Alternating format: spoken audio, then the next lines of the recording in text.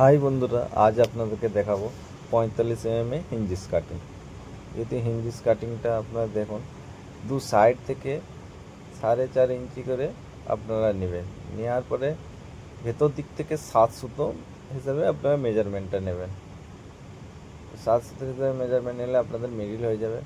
হয়ে যাওয়ার পরে আপনারা কি করবেন, প্রথমে এটাকে একটা বেনা থেকে আপনারা ছেদ করে নেবেন। ঠুকে নিলে ওই জায়গা থেকে ডিলটা আপনাদের সরবে না। তারপরে কি করবেন, 2 সুতো ফল থেকে ওটা হোল মেরে নিন। 2 সুতো ফল থেকে আমরা হোল মেরে নিয়েছি। নেওয়ার পরে আপনাকে এর জন্য একটা বিট পাওয়া যায়, যেহেতু অ্যালুমিনিয়াম কাটিংয়ের জন্য ওই অ্যালুমিনিয়ামের একটা বিট পাওয়া যায়, তো সেইটা আমরা লাগিয়ে নিলাম ড্রিল মেশিনে। লাগিয়ে নেওয়ার পর ওটা থেকে আমরা হোল করবো। বন্ধুরা, অনেকে এটা অটো হিঞ্জিস থেকে কাটিং করে থাকে, তো অটো হিঞ্জিস থেকে করবে না, ও স্লিপকে আপনার সরে যাবে।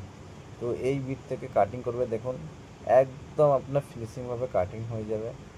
কাটিং হয়ে যাওয়ার পরে আমরা আপনাদেরকে হিঞ্জিসটা লাগিয়ে পুরো দেখিয়ে দিচ্ছি। যেহেতু আমরা কাটিং করলাম, করার পরে দেখুন হিঞ্জিসটা লাগিয়ে গেল।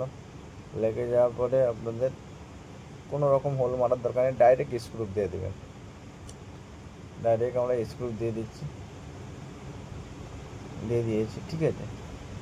তো আপনাদের কীভাবে হিঞ্জিস কাটিং হলো সেটা আমি আপনাদেরকে দেখিয়ে দিলাম।